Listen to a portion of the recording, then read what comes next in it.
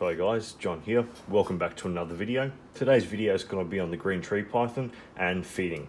Now, many people have questions or are unsure about feeding, timing, how to do it, what are the do's and don'ts when feeding. So in this short video, we're going to basically just go over a few of the main components to get your little fella to eat and how often and what you should be doing. Now, in terms of my personal experience with this little guy right here, or girl, this green tree python is about 3 months old now. I feed on a schedule every 5 to 7 days, or every 4 to 7 days is probably more ideal. I seem to be getting this one to eat every 4 to 5 days, pretty much no issue. I've never really had an issue with feeding this one, which is really good, as some of these guys can be pretty problematic. Now, the main things with feeding these guys is patience. These fellas are known for being a little bit on the finicky side. Some of them can be really skittish and or just not be very forthcoming when it comes to feeding time. Now, the main utensils needed to feed would realistically just be your tongs. Just some metal tongs that you can basically pick up the pinky, and of course your little pinky mouse or rat or whatever you're feeding your snake. In terms of this neonate green tree python, I'd be looking at a little pinky mouse, which is this one right here. How you want to go about it is, obviously you get those little pinky mice. See if it focuses. Little pinky mice, and they come frozen. You can feed live if you have the access to, but frozen is probably a little bit more ideal. Now, those guys come frozen to you, and you basically would just need a small container like I have right there, and just fill it with some warm water, not hot. As long as it's not cooking the pinky is basically what you want. You want lukewarm to warm or hot water, but not cooking the pinky. You just want it to thaw out and be warm, but you don't want it to be cooked. Now, when it comes to feeding, there's a few different techniques that people like to use on these pythons. I'll just take the lid off so you can get a better look at it.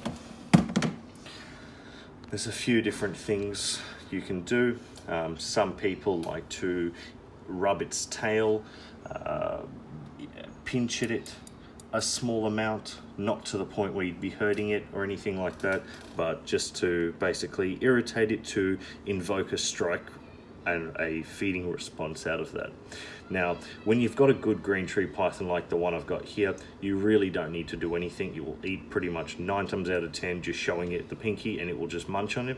But there's a few techniques that you can use, like rubbing its tail, just grabbing the pinky and basically just swirling it around just to basically grab its attention. And you can see he knows what the tongs, or she knows what the tongs are used for, because I only ever bring it out come feeding time, so it's very aware as to what's going on. Timing can also be another crucial point. These guys usually like to feed in the evening or at night time. Now, it's the middle of the day here where I am, but this little one has no issue with munching on some food in the middle of the day. So we'll get to it, and I'll show you a nice little clip of the little guy eating. So just grab the tongs, grab your little pinky. Now, when feeding these guys, you want to try your best to get the snake to eat the head of the pinky, as that's probably more ideal, because grabbing it from the butt end, they tend to drop it and everything like that. So if we can just straight in front, let it have a sniff. You can give it a bit of a rub, but once it knows it's there, it's pretty much going to go straight onto it. And you can see, munched on it. Now, it is over the water bowl, which is probably not ideal. In a situation like that, you can possibly move it, like I am, because they can be prone to drowning themselves in situations like that. So with my situation, it's as simple as flicking the temperature gauge out and just turning it around, so it is not facing over the water bowl, just like that. It's a pretty common thing for them to actually jump in the water bowl if they're over it, and they can actually drown it. It's not uncommon for that to happen. So it's a simple trick. I wouldn't say trick, just observation. If they're over it, move it like that and you'll be fine. Now, I'll see if I can get a closer view of it consuming the pinky. A little bit hard to see with the camera angle. But you can see we had no issue there. Real nice and easy, super good, super confident when it comes to eating. So that one's a little monster. I've pretty much touched on all the base tips and what you need to do, feeding schedule. If it doesn't eat, don't worry about it. Try again the next day. It's something that people can really persist and continue to pester it. If it doesn't want to eat, it's not going to eat. Give it a day or so and it'll come back to it. You can of course cover them, try again another 15-20 minutes, but 9 times out of 10, if you just leave it for a day and come back, you'll be sweet. So hope you guys liked that video. More videos to come.